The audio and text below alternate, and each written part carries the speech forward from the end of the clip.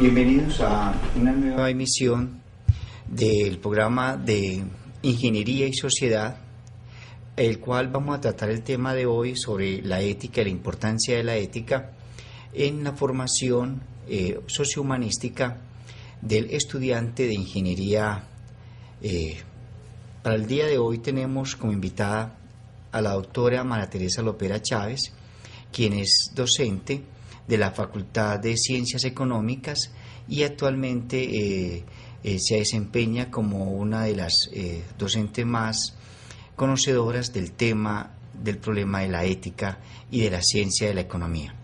La doctora María Teresa Lopera Chávez ha escrito un libro que es ampliamente conocido dentro de la universidad y en nuestro medio académico acerca de la justicia distributiva, legitimidad o consenso.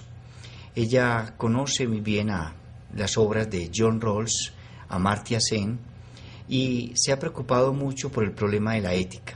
Por eso, para el grupo de investigación de Ingeniería y Sociedad, es un orgullo, es un gran placer poder contar con ella el día de hoy y escuchar sus aportes hacia la formación del ingeniero, donde el ingeniero podrá descubrir un gran mundo a partir de la reflexión de la doctora María Teresa Lopera.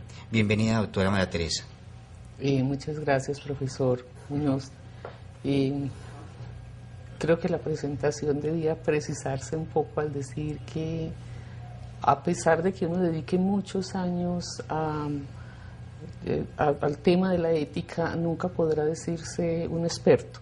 Entonces, sí. Quisiera pues como empezar hablando más desde esa experiencia que se ha construido desde una docencia sostenida por muchos años del curso de ética para economía, para el programa de economía, que presenta una cercanía, por decirlo de alguna manera, con el tema de la ética y la ingeniería. La pregunta pues es si es pertinente, si tiene sentido, cómo podremos interesar, ¿no es cierto?, a nuestro estudiante en el tema de la ética. Entonces, desde ese punto de vista creo que puedo ayudar. Bueno, y respecto a lo segundo, pues yo creo que cuando uno habla, de alguna manera va mirando, pues se va, digamos, apegando a ciertos puntos de vista. Yo conozco su amor por Amartya Sen. Sin embargo, yo diría que para mí el autor de cabecera es John Rawls, para mí personalmente. De modo que hago esa precisión porque en general, pues, aunque Amartya Sen dice y se acerca muchísimo más pues al mundo contemporáneo, yo sigo pensando que una muy buena teoría de la justicia nos puede ayudar muchísimo a la forma de razonar el problema. Entonces, hechas esas dos aclaraciones, ahora sí. Bueno, gracias, doctora María Teresa. Bueno, generalmente es un lugar común en nuestra Facultad de Ingeniería que los estudiantes, a raíz de su formación técnica, de su formación matemática en las ciencias básicas, en las ciencias exactas, nuestro ingeniero generalmente asume la ética más como, digámoslo así, aunque la palabra suena un poco feo, como un relleno, es decir, como algo no necesario para ellos, como si fuera posible pensar el mundo de la ingeniería, el accionar del ingeniero, el del ingeniero de metales, el ingeniero electrónico, el ingeniero industrial, como si fuera posible pensar dichas ciencias a partir de un desconocimiento de la ética. Entonces, lo que uno se plantea, o la pregunta que le quiero formular, doctora María Teresa, es que la ingeniería debe tener una pertinencia hacia el mundo de lo social, debe tener una pertinencia hacia el mundo actual y debe tratar de construir un futuro a partir de su saber específico. Desde ahí, doctora María Teresa, la pregunta es, ¿qué es lo que se espera de una sociedad, o cuál es la sociedad que va a encontrar el ingeniero que hoy es estudiante, pero que el día de mañana se desenvolverá como profesional en un medio social. Entonces, ¿qué es lo que le depara la sociedad contemporánea? Bueno, ahí más difícil todavía la respuesta. A ver, yo quiero como, de pronto el rodeo es un poco largo, pero para que entendamos la respuesta. Voy a colocar a proponer un ejemplo de nuestra historia. Nuestra universidad, por ejemplo, empezó a preocuparse de la ética hacia finales de los años 80. La ciudad y la universidad vivían unos episodios terriblemente difíciles, todo el mundo estaba perplejo, confundido, adolorido por la impotencia de no saber o de no proponer en una sociedad que se estaba haciendo tanto daño, proponer respuestas alternativas. Fue un movimiento, no digamos espontáneo, estuvo de alguna manera al frente de ese proyecto la profesora Beatriz Restrepo Gallego, y en torno a ese proyecto de Universidad Valores y Vida, como se llamó posteriormente, la universidad empezó a hacer una reflexión constante y sistemática acerca de distintos aspectos de la ética y de cómo el pensamiento moral podía proponernos vías de reflexión y de salida.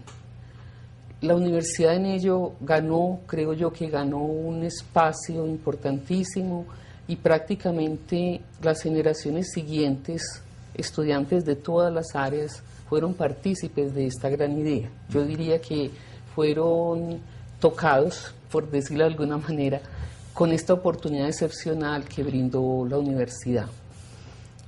Si pensamos en el ejemplo y pensamos en nuestra vida cotidiana y en el mundo del trabajo, nos vamos a encontrar que también el mundo del trabajo tiene unas necesidades de definición moral. Sin embargo, lo imperativo que ellas sean depende también del momento histórico. Me explico. A nuestro ingeniero se le pide lo mismo que a nuestro economista, que sean eficientes, que hagan bien lo que tienen que hacer, más nadie les va a pedir a ellos pues a decirles den línea moral a la sociedad, o ustedes son el paradigma moral de esta empresa. Se supone, se asume que ese profesional formado en una universidad, y sobre todo si es de una universidad pública, tiene ya, digamos, como introyectadas esas variables de la sensibilidad moral y los elementos, entre comillas, de contenido, de una ética. Entonces, casi que se asume por derecho que no existe una necesidad específica, sino de que él simplemente actúe y ya lo estará haciendo correctamente. Entonces, esa sería como la primera apreciación. La pregunta es: ¿qué tanto en el mundo del trabajo se necesita, se realiza, se hace esa discusión ética? Bueno, ¿qué va a encontrar el ingeniero de hoy, el economista de hoy? A lo mejor un discurso que hay en este momento en las empresas, según lo cual pues las empresas deben a la sociedad una responsabilidad, devolver algo en el terreno moral, que es lo que se denomina la responsabilidad social. Creo que en términos prácticos, así como le gusta al ingeniero, en términos muy aterrizados, mínimamente ese ingeniero debe estar preparado y sensibilizado frente al discurso de la responsabilidad social. No quiere decir que se agote la ética, pero es el punto donde se van a ver los criterios éticos de las empresas funcionando hacia la sociedad. Temas como el medio ambiente, el respeto al ambiente de trabajo, las buenas condiciones laborales, son aspectos que tienen que ver con la moralidad, que tienen unas éticas incluidas, pero igualmente que van a ser efectivas, porque allí hay decisión, hay recursos, hay asignaciones, y la empresa va a gastar algo de su energía y de sus recursos en ese apuntalamiento moral de la empresa hacia la sociedad. Entonces yo diría que el mínimo del que podríamos hablar ahora sería un ingeniero mínimamente comprometido, que entienda y que se sitúe críticamente frente a ese hacer que llamamos hoy en día responsabilidad social empresarial.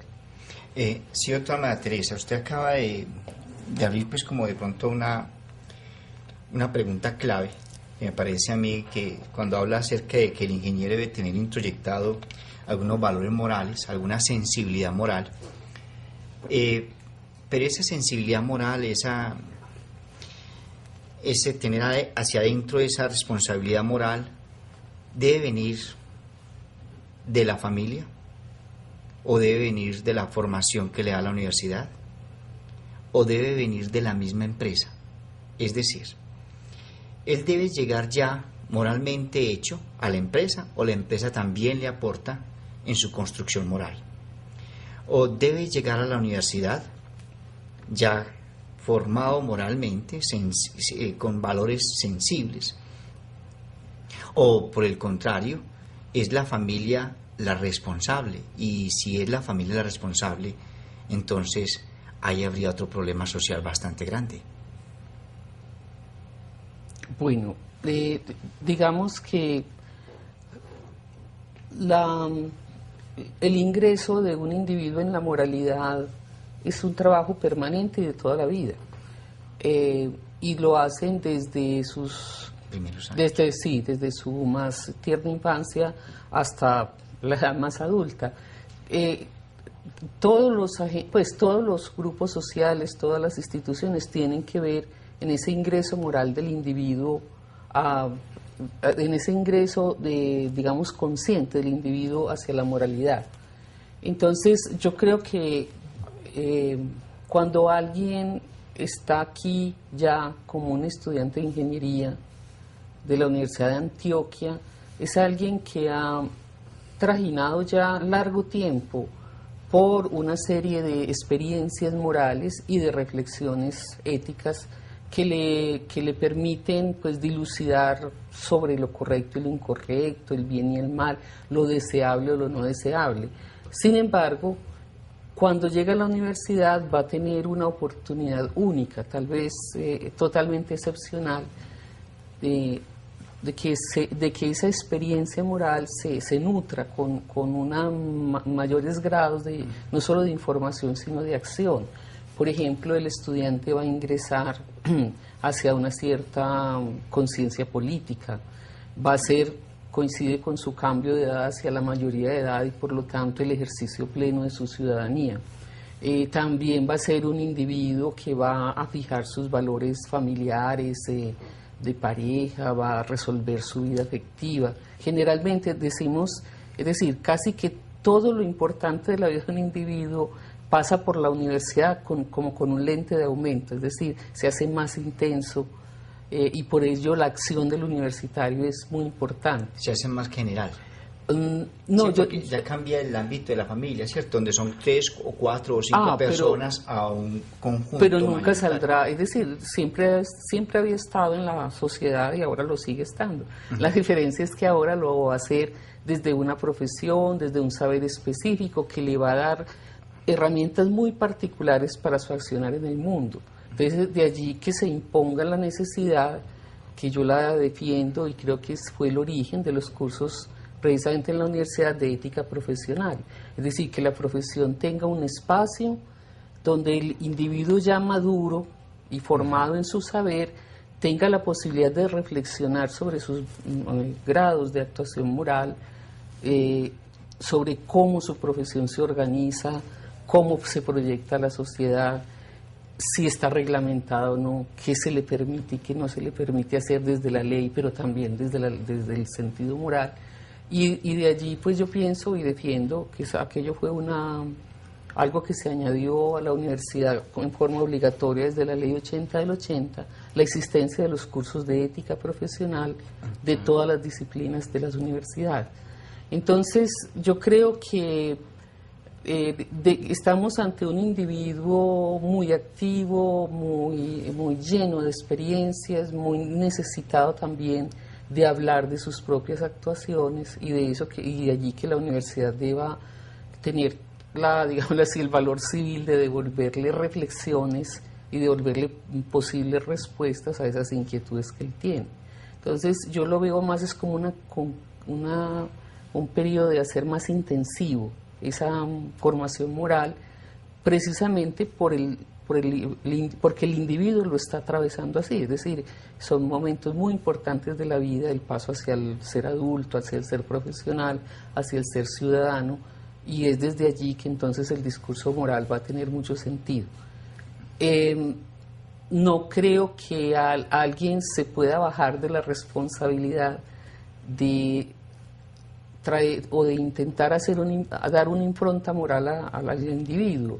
Lo hace la familia, lo hace la escuela, lo hace el colegio, lo hace la universidad, posiblemente lo hará la empresa también, y en general la sociedad también pues va a dejar como su sello en esos individuos. Entonces sí tenemos alguna parte, pero no toda la parte. Tenemos algo que hacer, no todo lo que se puede hacer o aquí, o en la empresa, o en la familia, ¿no? Imposible. La familia de todas maneras lo acerca a él mucho a una formación como en unas tradiciones, como en unos valores propios de esa familia. La universidad le permite un espacio donde el individuo se interrelaciona con muchos más otros individuos y que va a defender una universidad. Es decir, en la familia casi que lo educan a uno en la defensa de la misma familia.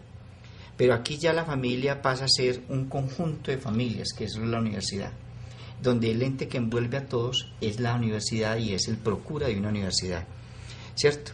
De igual manera, ya el individuo ya pasa de una generalidad y va a pasar a la empresa. Y en la empresa, allí va a defender un ente un poco más pequeño, de pronto, bueno, entre comillas un poco más pequeño, porque tiene una amplia responsabilidad social, que es donde llegan todos los productos que consumen los clientes de la empresa.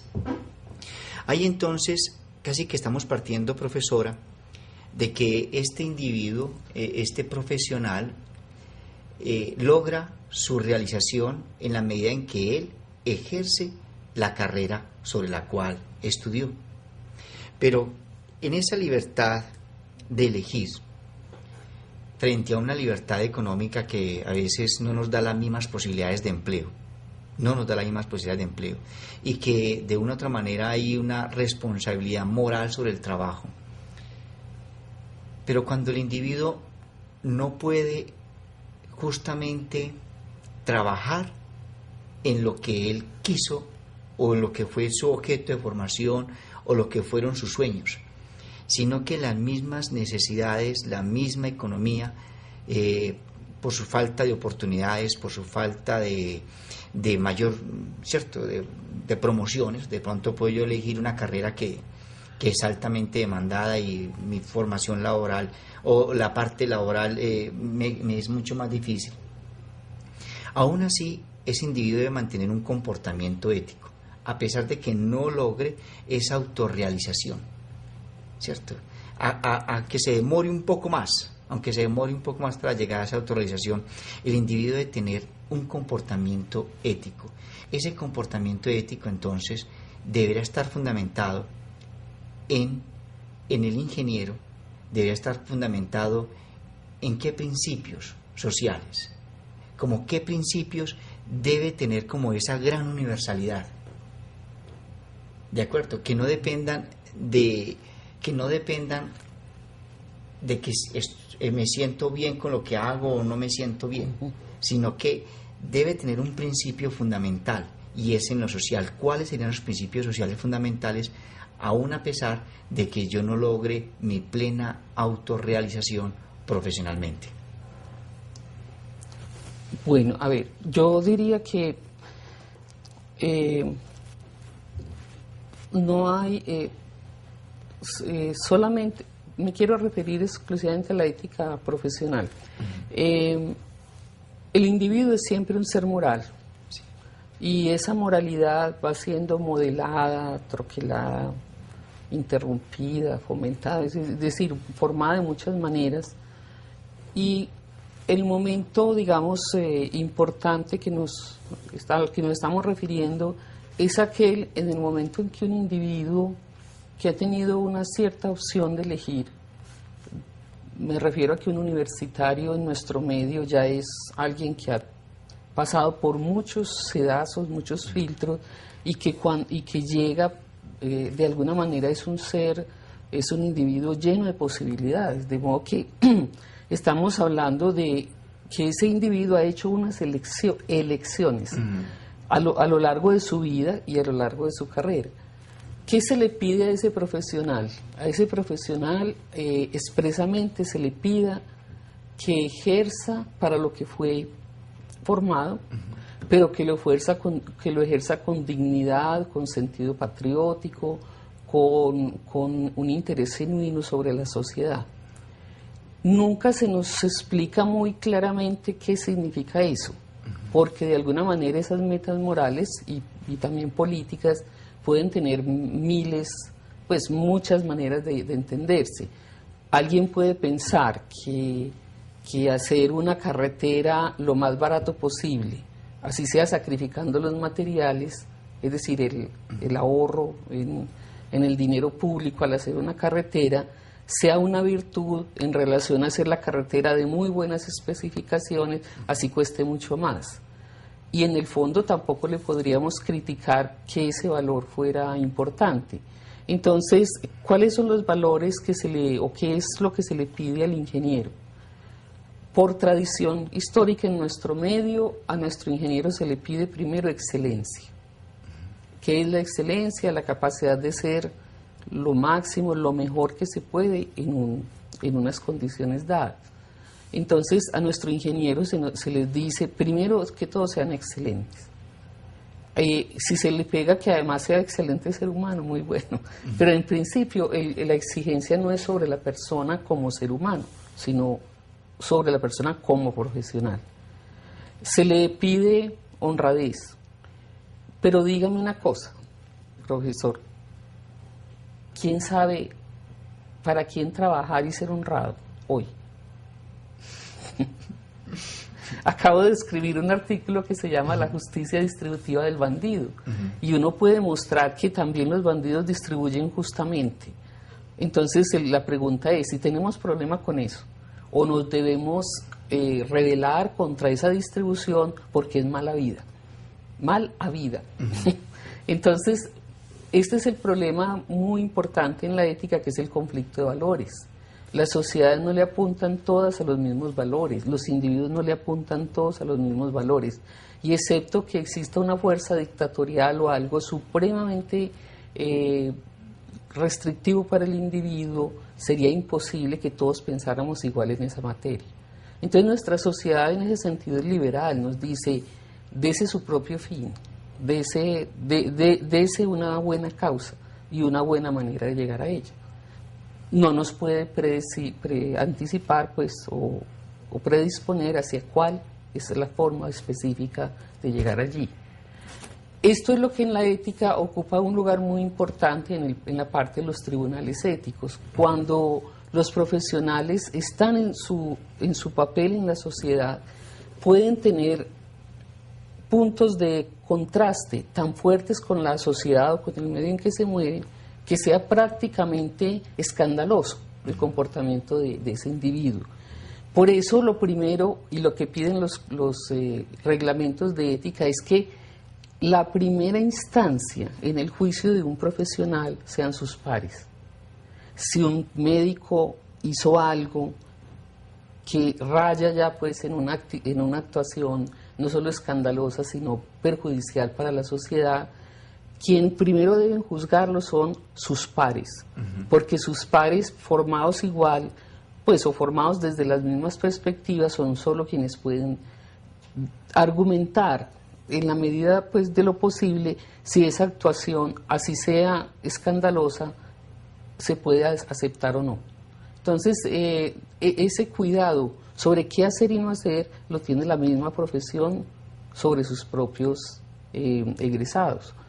Y por eso es tan importante que se tengan tribunales de ética en todas las profesiones. Sucede en las más urgentes, en las más críticas, como la medicina, por ejemplo. No he visto a los ingenieros también. A veces socialmente se les enjuicia y se dice se robaron la plata, esa obra no sirvió, vea ya la carretera, el túnel no lleva un mes y ya no hay túnel, bueno, etcétera. Pero a medida que la profesión va siendo menos importante para la gente o menos urgente para la gente, cuando has visto que llamen a un economista, es decir, o a un psicólogo al orden. Para el público no son profesiones tan urgentes. Urgentes son las que te levantan a las 3 de la mañana. Entonces, para resumir, existen valores rectores en la actividad profesional. Una parte son impuestos o promovidos por la sociedad, por los colectivos profesionales y por las universidades. Pero también hay una especie como de abanico de posibilidades morales que se las juegue el individuo en sí mismo. Entonces, de ahí a tu pregunta, el que alguien no trabaje en su propia profesión no lo inhibe para ser moralmente correcto. Entonces, es decir, como individuo tendrá esa necesidad ahora y siempre, con o sin título, en un trabajo de su área o no. Lo que él sí no podría, desde el punto de vista cotidiano pues, y normal, es usurpar funciones para las cuales no fue formado y en las cuales no tiene pertinencia ni reflexión moral previa. Entonces ahí es donde, digamos, se pueden ocurrir pues deslices de unas profesiones hacia otras con graves consecuencias morales. La responsabilidad social es una formación que cada vez es fundamental dentro de nuestra sociedad. La universidad debe preocuparse mucho en la formación social o de la responsabilidad social de ese individuo. Y cuando hablamos de la responsabilidad social de ese individuo es el tener conciencia de su deber ser frente al otro, de su responsabilidad con el trabajo que él realiza. Entonces, no hace mucho, se presentó un caso muy sonado con la empresa Fisher Price de Amatel, que produce unos muñecos para niños, y es una de las empresas que, digámoslo así, está clasificada dentro del mercado como una empresa seria, como una empresa responsable que fabrica o manufactura productos para bebés, ¿cierto? Más sin embargo, muchas veces la parte de, digámoslo así, la ingeniería química puede llegar a producir una pintura con alto contenido en plomo, y esa pintura puede ser causante de daños irreversibles a la sociedad. O simplemente cuando, por ejemplo, empresas como Pintuco manufactura una pintura que puede ser causante de daños a los usuarios o los habitantes de esa casa después de que es pintada, ¿cierto? Es decir, hay productos que se están fabricando sin esa responsabilidad social. Y es allí donde hay un papel fundamental de la universidad. Y la universidad enseña al químico, enseña al físico, enseña al ingeniero, le enseña lo específico de su saber, pero no puede dejar de lado la formación en la responsabilidad social. De tal manera que el individuo, cuando está diseñando un producto, cuando está manufacturando, él sea consciente de los males que puede ocasionar a un consumidor el producto que él manufactura, independientemente de lo que la empresa espere: eficiencia y efectividad, mermar costos, lograr precios más bajos para lograr una mayor demanda, ¿cierto? Un mayor consumo. Independientemente de ello, el ingeniero, nuestro profesional, debe ser formado en esa responsabilidad de tal manera que él pueda no apuntarse, es decir, como no prestarse para la manufactura de esos productos, o buscar otras alternativas. Es decir, yo puedo producir un producto más favorable, pero sin atentar con la vida de otros. Entonces, esa responsabilidad social de pronto surge inclusive de un imperativo kantiano, y que inclusive hasta en pasajes bíblicos, me parece que Kant lo cita de allí, que dice: no hagas a otro el mal que no quieres que te hagan a ti. Es decir, es como yo pensar, bueno, ¿y si fuera mi hijo? Bueno, ¿y si fuera mi familia la que va a vivir en esa casa y se va a ver perjudicada? Entonces, esa misma responsabilidad social lo asumo yo desde desde lo que me puede ocurrir a mí mismo, y trato de entender o trato de simpatizar, como diría Anne Smith, con lo que puede ocurrirle a otras personas. Creo, doctora, que ahí es donde puede estar como esa gran fuerza de la formación del ingeniero, en la responsabilidad social. Y ahí es donde no puede volverse un relleno las materias como la ética, las materias como la economía, en la parte ambiental, por ejemplo, una reducción de emisiones de gases, por decir algo. Entonces creo que ahí hay un papel fundamental de nuestras facultades, hay un papel fundamental de nuestra formación de ingenieros.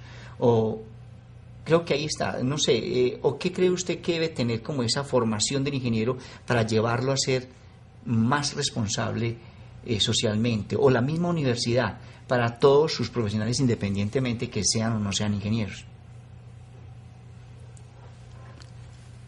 A ver, yo dentro de la mirada de la ética, pues sí, hay como dos grandes, mejor dicho, nos toca torear dos grandes perspectivas. Una, la que solemos llamar el utilitarismo, según la cual debemos hacer aquello que le dé el mayor bienestar o felicidad al mayor número de personas. Es tan obvia esa posición, como tan absolutamente casi natural, que uno diría que casi todo lo hacemos en función de esa máxima de acción, es decir, haga lo que le dé a usted y a los otros mayor felicidad. Sin embargo, en la ética hay otro que uno llamaría el camino tortuoso para ir al cielo, que es la visión de Kant, en la cual nos propone nuevamente una teoría. Vuelvo al punto, es un referente, una forma de pensar el problema moral que es supremamente interesante, pero muy difícil de practicar. Es más, dentro del tema de la ética se le critica pues mucho a Kant por no proponer fórmulas más tangibles para el individuo corriente, pues cuando le toca tomar decisiones morales. Y entonces esa es lo que mencionaba sobre el tema de no hagas a otro lo que no quieres que te hagan a ti. Y esa, digamos, cuando esa forma de actuación la tenemos al frente, muy posiblemente nuestras acciones van a ser distintas que las que sigan la otra máxima. Entonces, yo creo que no podríamos nosotros decidir por el universitario, decirle, vea, siempre siga esta máxima de acción, porque le estaríamos privando de lo estaríamos metiendo en un gran problema. Muy posiblemente el problema del niño que se envenena con la pintura y el juguete es posterior al problema del niño que no tiene que comer porque yo no trabaje. Entonces, yo creo que la universidad no es la encargada de decidir por el individuo moral cuál es la actuación que debe tomar. El papel de la universidad y de otros colectivos importantes, entre ellos las asociaciones profesionales, de pronto las iglesias, otra serie de otras instancias pueden ayudar al individuo dándole fuerza y dándole un referente moral más sano. Me explico, el individuo solo no va a decidir sobre la pintura y si es tóxica o no es tóxica. Esa es una decisión de una envergadura global de la empresa. Él no puede irse, o mejor dicho, ni siquiera pasa la primera entrevista de trabajo si le decimos, no, es que yo voy a defender a ultranza a los consumidores. Sabemos que no pasa la primera entrevista. Entonces, no, yo creo que el problema de la ética es un problema dinámico y es un problema permanente que cada ser humano tiene que afrontar, tiene que mirar y contar con qué apoyos cuenta. Yo no digo que se pervierta, pero sí digo que piense. Es decir, él tampoco puede ir solo contra toda la corriente. Es decir, suicidarse moralmente no tenemos por qué pedirle que sea un héroe. Entonces, eso está muy bien para las series de televisión, pero para el individuo concreto debemos pedirle, actúe sensatamente, actúe de una forma defendible, que es defendible, que él pueda justificar sus acciones morales y demostrar por qué lo hace y bajo qué valores está dándole prioridad a su acción. Entonces, esa es una, digámoslo así, por eso a la hora el tema ético se ha vuelto sensible en las empresas. Digamos que este profesional de hoy, este ingeniero de hoy, tiene sobre los ingenieros de hace unos años esa ventaja, que él puede, dentro de la empresa, dentro de su profesión, ejerciendo un cargo dentro de una estructura empresarial, tiene la posibilidad de dirimir moralmente un mejor punto de vista. Es decir, de discutir dentro de la empresa con los otros ingenieros, hasta dónde, de discutir con otra gente la mejor manera de ocupar la gente, de tener una buena salud ocupacional.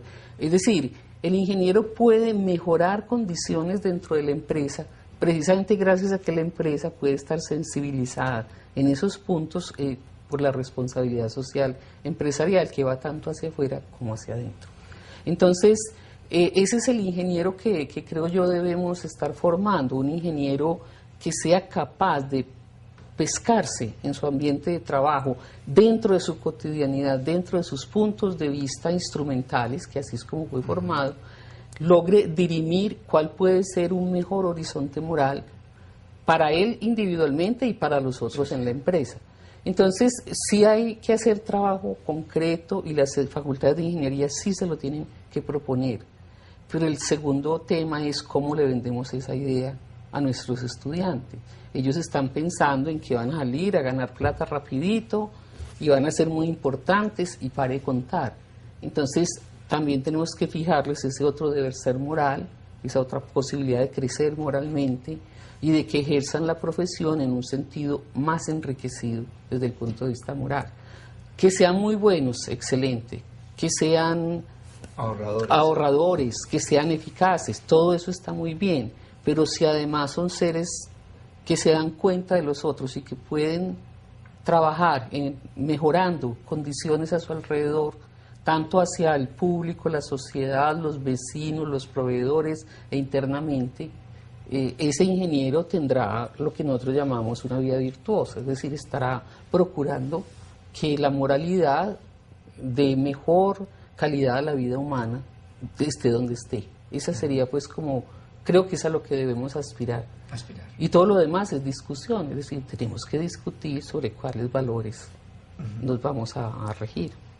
Para terminar, doctora María Teresa, creo que hemos llegado de pronto a una de las visiones, usted me acaba de hacer claridad, a una de las visiones que yo leí de Victoria Camps, y Victoria Camps afirma que el problema de la ética no es un problema de la ética individual, sino de la ética social.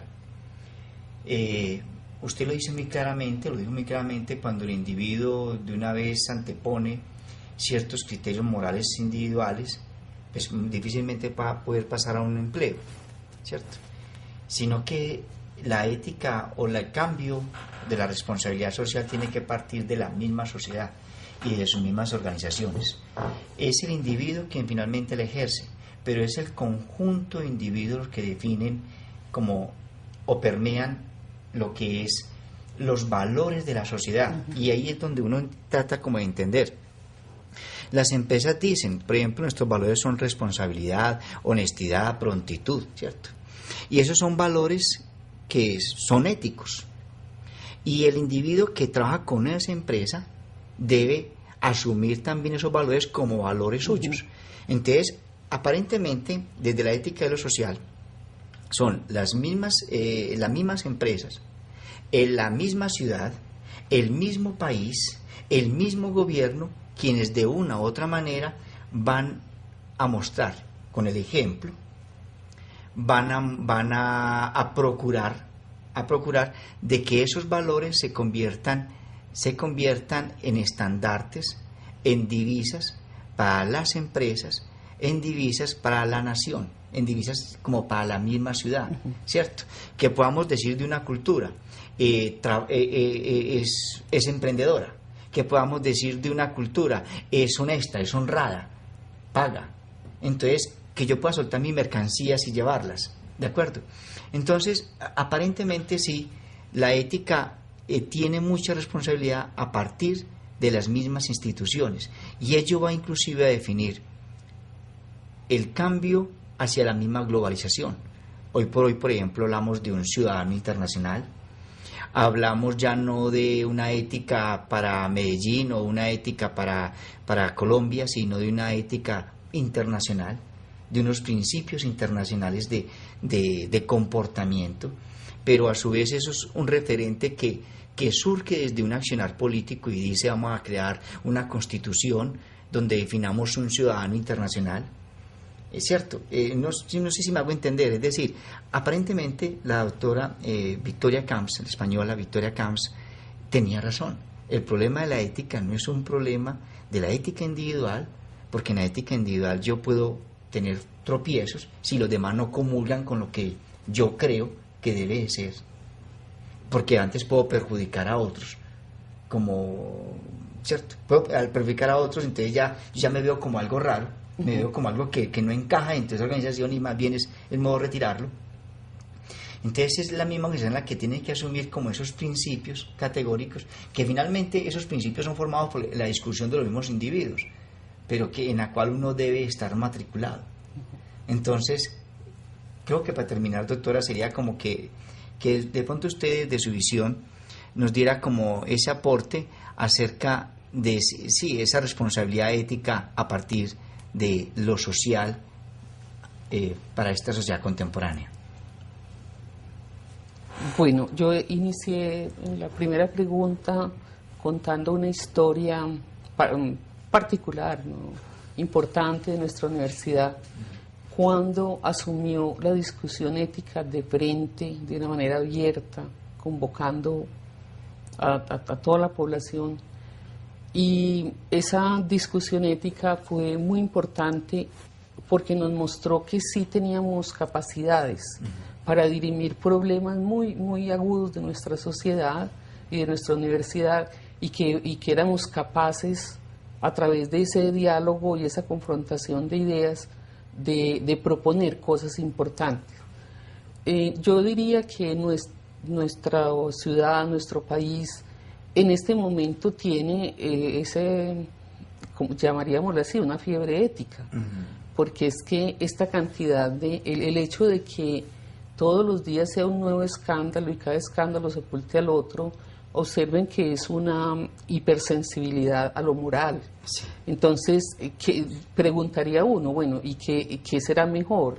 ¿El tiempo en que la sociedad se adormece en su hacer y se niega todos los problemas éticos, o el tiempo en que empieza a sacar toda el agua sucia de casa y se da cuenta que es terrible, pero igualmente es un ejercicio ético? Entonces, lo que creo que es la invitación para todos, y especialmente para los ingenieros, es que también pongan al servicio de la discusión moral toda su lucidez, toda su formación. Es una profesión privilegiada, está aceptada socialmente, los ingenieros son importantes. Entonces, que toda esa presencia también sea eficiente en el campo de la ética. Es decir, ¿cómo? Simplemente no marginándose, no pensando que es problema de otros, sino que ellos también, y que cada uno, desde lo que está haciendo como ingeniero, puede mirar éticamente los problemas y puede aportar algo. Yo creo que esa creación del clima ético entre los propios ingenieros sería la gran transformación que podemos hacerle, que la universidad podría hacerle a la profesión, en el sentido de tranquilizar y dar mejores argumentos para que el ingeniero se integre a esa discusión y a esa construcción moral de la sociedad, no que haga puentes nomás. Sí, te valdría la pena la creación como de un discurso ético desde la misma ingeniería, ¿no? Que los mismos ingenieros sean capaces de hacer como esas discusiones. Capaces sí son, capaces sí son. Pero hacerlo desde el punto de vista ético, es decir, cuál debe ser esa ética del ingeniero.